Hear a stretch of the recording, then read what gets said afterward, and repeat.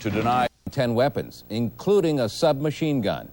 This all happened in Los Angeles County within the past 36 hours. Murderous gang crime, fueled by the traffic in rock cocaine. From those same gangs, crack now flows northward to the Bay Area in enormous quantities. Tonight, in a special edition of Cover Story, News Center 4 reporter Bob Sirkin goes inside the drug pipeline and reports on the L.A. connection we constantly hear about, but rarely see. Los Angeles, home to more than 200 black street gangs, battling to corner an expanding, highly profitable drug market, cheap, potent rock cocaine. What's happening, fella? Also waging war on the streets of L.A. County, a special force of 300 cops trying to contain more than 60,000 gang members. This is the L.A. Police Department's specialized gang unit, headed by Lieutenant Bob Rukoff. It's out of control. Oh, sure. Hell, it would be foolish to deny that it is not out of control. So out of control that the Drug Enforcement Agency says it seized only 10% of an estimated 60 tons of cocaine that flooded Los Angeles last year, most of it coming from Colombia via Mexico. Much of the coke winding up in south central L.A., home turf for two of the most powerful and dangerous drug gangs in the western U.S., the Crips and the Bloods, staking out their territory with cryptic graffiti, protecting it with guns. How important is cocaine to the Crips? It's our survival, it's our life, it's all we have. 26-year-old Steve, demanding his identity be concealed, is a founder of a gang calling itself the Spooktown Crips.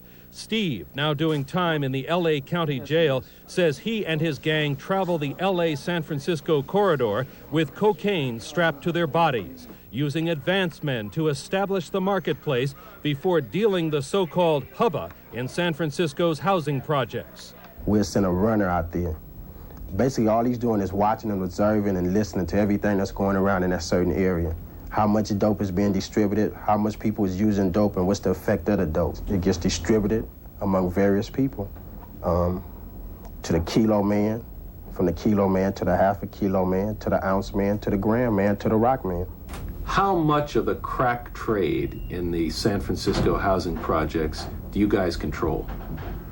Half. What's the demand like in San Francisco? Basically like how Los Angeles was in 80, 81, 82, 83. Everybody's on dope. Instead of me making 500 an ounce in Los Angeles, I can go to San Francisco and make 1,100.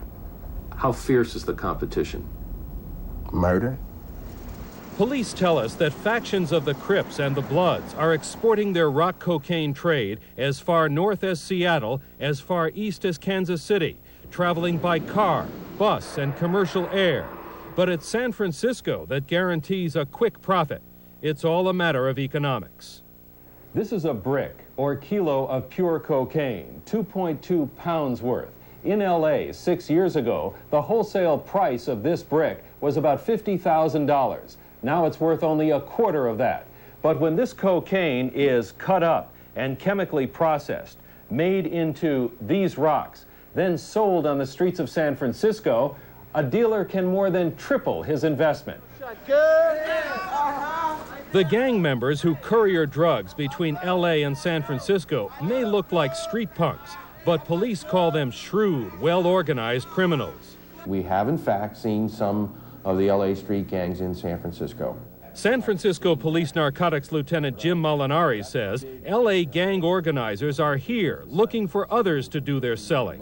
While they're here dealing cocaine, they're also recruiting people in San Francisco, in particular youngsters that live in and around the public housing project. So now we're beginning to see that the coveting of customers and territory, and we're beginning to see some violence that usually follows that kind of activity. That's what we're seeing here. San Francisco police say a possible example of that violence was seen 2 months ago in the drug-ridden Valencia Gardens housing project, a Crips gang suspected of shooting up this building. Tom Moore is a state undercover narcotics agent specializing in gangs, a man who can't afford to have his face or voice known. They're willing to take the position life or death in order to get their product, other packages on the street. They do not have any hard feelings or any remorse about having to shoot down innocent people in order to make an impact in the community, in order to arouse fear and anxiety. That kind of street warfare is now commonplace in LA's gang-controlled neighborhoods. In Los Angeles last year, 25% of all murders, over 200 of them, were gang-related. Many murders committed with high-powered semi-automatic weapons, purchased at cut-rate prices and with few questions. Nah, man, there's a market up there, you know what I'm saying? Ain't no market out there, man. Rips are going up there? The Ricketts go anywhere. The Ricketts go Los Angeles County Sheriff's Detective Roland Garcia briefs San Francisco police on drug gang tactics. I tell them that if they don't deal with the problem in its infancy, that they will have a problem of major proportions, much the same that we've had here. The LA connection remains wide open. The sale and use of rock cocaine in San Francisco's housing projects is an epidemic. Police in LA and San Francisco admit they're outmanned and outgunned by the drug gangs. So for now, police concentrate on identifying and trying to control what appears to be a budding, destructive organized crime network. Bob Serkin, News Center 4, San Francisco.